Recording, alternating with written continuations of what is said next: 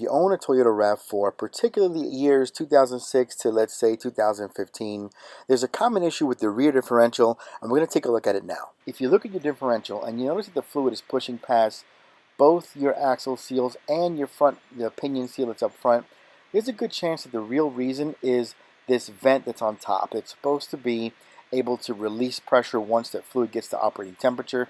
It gets corroded and rusty and inoperable, and now what happens when that fluid gets warm, it pushes through those seals.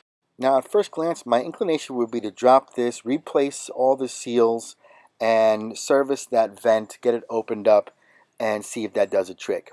But there's a hack we can do before going through all that work just to find out maybe the seals are actually good. And we're going to do that now.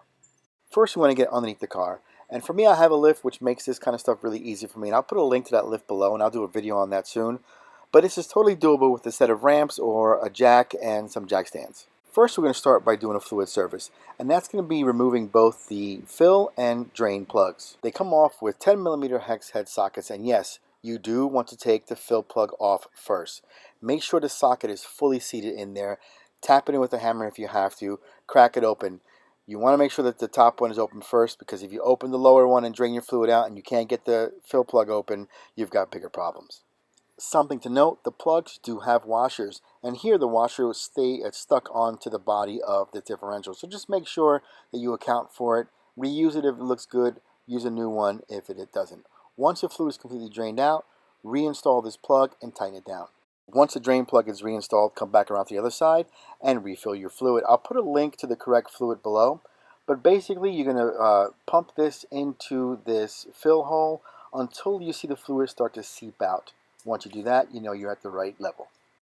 Now here's the hack. Instead of replacing the top plug, we're going to replace it with this barb fitting. Because remember, that vent is stuck closed. So we're going to make a new vent by using this fitting, using some of this hose, which is fuel line, routing it up high into the vehicle, so then basically creating a new vent. And we're going to try to put this together. Really, for me, I'm doing it as a troubleshooting measure, but if it stops the leak, I'm leaving it just like that. I'll put a link below to both the fuel line and this fitting. The idea here is to try to get this to be operable without too much work.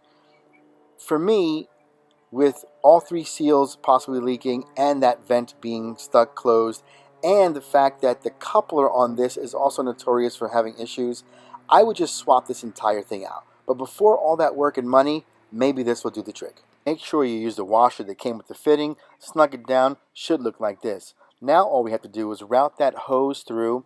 I'm going to bring it through this cross member here just to make sure that that hose stays clear of that axle.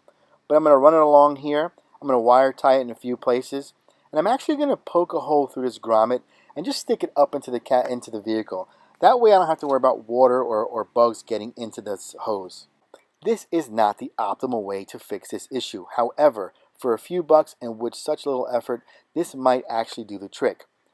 I do have the resonator and that tailpipe off because I'm doing other work, but this is completely doable even with that in place.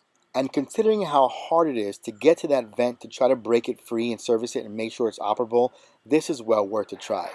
What I have left here is I'm going to shoot the bottom of this differential with some brake clean it up, dry it up, and I'm going to watch it for the next couple of weeks and see if the leak comes back. If it doesn't, I'm going to ride it out like this. If it does, we'll have another video coming soon of a rear differential swap. I like making these videos to show how easy it is to do some of these things on your own, and of course to save money while doing it. I put links below to some of the things I've used, and if you use my links, I will earn a whole 17 cents.